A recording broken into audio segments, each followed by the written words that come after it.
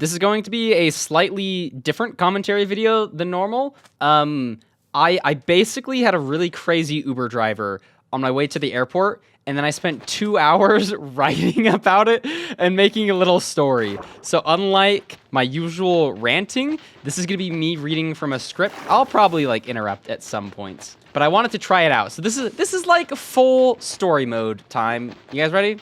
If you're not, I guess you can click out the video, but we're starting. It was a sunny spring day when I pulled open the car door of my Uber driver. The car was clean and simple, exactly what you'd expect from an Uber.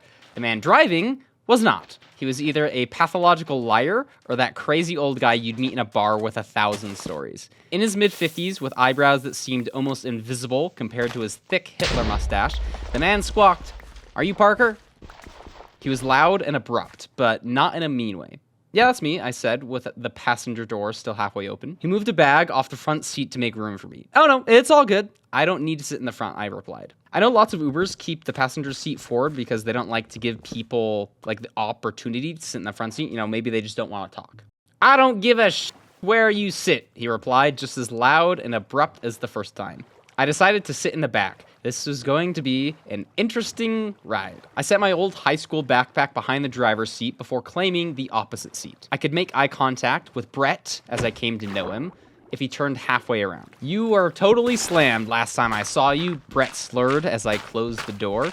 A solid 2 seconds of silence passed before I said, "Sorry? Yeah, last time I dropped you off, you were drunk as Also, he was swearing. I'm censoring all of the swear words here. Last time I got an Uber was in Boston. That was weeks ago, and I've definitely never gone drinking. In fact, I've never used Uber in my hometown. So I told him just that, but he seemed undeterred in recognizing me. Not entirely convinced, he kept talking.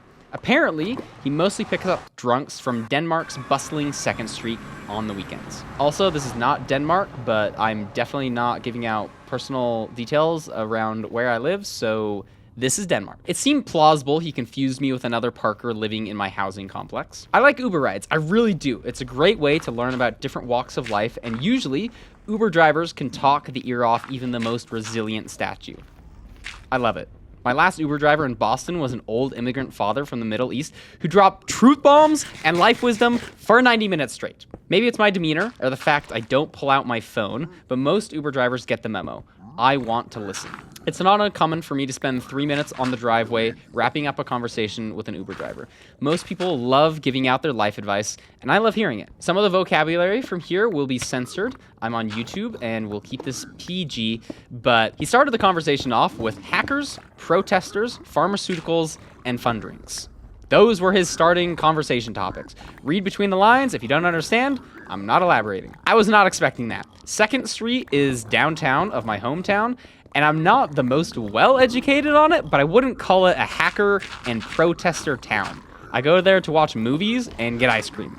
But then again, what do I know? I can count on one hand the number of times I've gone out for food in the past year. Maybe Brett is telling the truth. Turns out he was a bartender for 20 years, and as I would come to find out, he lived a very party-centered life. I could tell this man has years of small talk practice. He doesn't care what people think and could fill a book with conversation topics. Although he was hard to understand sometimes, maybe I just don't have the best hearing, which might be true, but this man had what I can only describe as an alcoholic accent.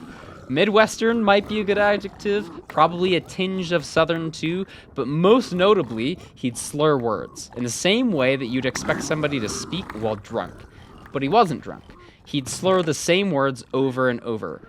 Perfectly clear English up until words like going. Don't worry, I believe he was fully sober. I mean, maybe I'm wrong, but I'm more confident in that than pretty much anything else he said. To most YouTubers, there's a hesitation to telling strangers what you do for a living, i.e. Uber drivers. For one, it's hard to explain, and there's a very real concern about privacy. But it's never bothered me as long as I'm smart about it. I'll tell even a 70-year-old grandma who has no experience with the internet that I do YouTube. That said, it's a different story when they pick me up from my house. Conversation is a two-way street, and I'd normally be fine to chat about my life, but in this case, I kept it to 3 words. I make videos. Unbothered, Brett continued yapping, something most viewers of this channel will know well. but his yaps were far different than mine. He talked about meeting the Metallica band in 1988 while bartending in Hawaii, stories of an underground storage of booze that made even Al Capone stay out of Utah, and his long 20-year career as a building inspector. Brett pointed out a dozen buildings in the space of 5 minutes, claiming to have inspected them all. I got the impression he inspected half the city. He claimed the mountain I grew up by is the same mountain in Paramount's animated intro, and I started getting skeptical of all of his claims. So I asked, "How old are you?" 126 years old, he said very matter-of-factly. Yep, I knew it. This guy was full crazy. My suspicions were confirmed. There was no way he had done everything he was telling me. Just kidding, I'm 56, he finished. I'm pretty sure he was expecting me to laugh at his little joke, but it was too much whiplash for me. I sat there utterly bewildered. I didn't know what to think of this guy. He kept talking about fun drinks, hackers and protesters, partying, pharmaceuticals, and rock music. He claimed to bench 400 pounds in his younger days and overhead press 260. He made statements like, "I put 87,000 miles in my car last year," or "I made 10,000 Uber trips in 2 years." I think they're plausible, but could have just easily been an exaggeration, like listening to a fisherman explain how big their fish was. I remain skeptical. I take people at their word, though, so this guy is one of the most unique people I've ever met. It could have been so easy to judge or ignore the man for a myriad of reasons, but I think there's value and connection to be had with all kinds of humans. To be clear, I don't want to be friends with this man, and that's not the kind of life I want to live, but I guess that, at the end of the day, is what I learned from Brett, the Uber driver. And that's the whole story. I spent like 2 hours, the majority of my plane ride, sort of writing it all down because I wanted to be able to remember it. It's not the best written story that I've ever wrote. That one probably goes to when I stopped talking to a girl. But I think there's a lot of value in it. I honestly just had a lot of fun writing the story. That said, I thought it was gonna be a lot longer. I'm not gonna lie. Maybe I need to work on my writing skills. I mean, it's always a balance. So with these commentary videos, I want to have them be as long as the speedrun is, so 10 to 15 minutes. But like a story like this, I'm not gonna stretch out a story. I think one of the most important things for telling a good story is to be concise, which is kind of funny because it goes against the concept of this channel, which is maybe why I like it so much. I just keep yapping until the time is up, and if I run out of things to yap, I talk about the fact that I have run out of things to yap. And if it's the second time I've run out of things to yap, I'll talk about how I keep running out of things to yap. You know what I mean? So I just kind of like go in circles. But the older I've got, honestly, maybe not even the older I've got, I've really learned, maybe not even learned, I really value writing. I think it's so good for processing emotions. If you know how to tell a story, I think it's super valuable. Just being able to like open a piece of paper if you're having a hard time with something. Maybe you're going through school and like something bad happened and you need to think through it. I find it so useful to take a step back and look at things clearly and try to get solutions and just like fully process it. Plus, it's just really good to remember. I can go back to like a couple of years ago. I can pull up documents where I just spam writing, and I can be like, oh, that is what my life was like 3 years ago when I was in college. I remember when I would go up to my college to study in the library, so often I would start out just journaling. Like where I was in space, I'd like write, I'm sitting down in yada yada building on the second floor, looking out the window. It's mid November, pretty cold outside. I just really like a lot of that stuff. And maybe I won't even like read it in the future, but I think journaling is just so cool. I do a lot of voice journaling more than anything, just pulling out my phone to talk to myself, and I find that it's very easy to find the stories that you're constantly telling yourself or the lies that you're telling yourself. Like, it's really easy to break down like what you actually, I mean, not really easy, but it's useful to break down what you actually believe in life and like what's true and real and how you actually think.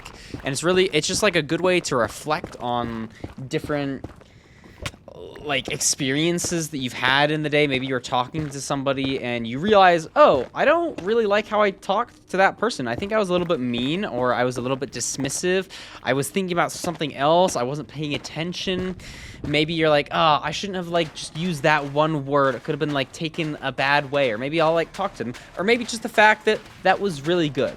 And it's easy to get lost in thinking about the past and the future. Like, I think being in the present is so valuable, but at the same time, it's also, I found a lot of use out of journaling and whatnot. So that whole rant is basically just to say, I like writing. Also, I needed to fill space. Like, I wasn't gonna end the commentary there. Like, I need to finish off the speedrun. I think I might lose here, but I gotta finish it. Who am I playing? Loom. I don't know. I'm playing Loom. They're in the end, so I got 30 seconds before they win, unless they miss the 0. I do a pretty quick nav, and I'm like, oh, dang. If I just hadn't messed up earlier in the seed, I might have a shot at winning this. So I'm just praying that they're going to miss their 0. I actually don't remember who wins this, so we're in this together right now. Let's see, shall we?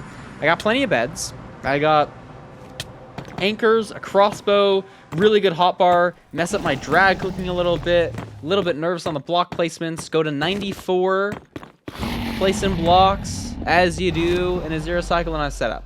I think I have to go for a pretty quick 0 cycle. I mean, I don't have to, but that's 2 more. Do I win this? No way. Oh, that was a sick 2+. Oh, I lose at the end. Yeah, pretty good 0 cycle though. Pretty good speedrun overall. So I hope you enjoyed my story. If you want more of these in the future, let me know. I actually really like spending time on plane rides, writing in this way. It's better if I have a laptop. I only had my phone and the notes document, so maybe next time I'll have a laptop. I also have more stories to tell. Maybe some that are a little bit too personal, but yeah, I think there's a lot of value in it. So yeah, let me know, and I hope you have a good rest of your day, and I'll talk to you later. Peace.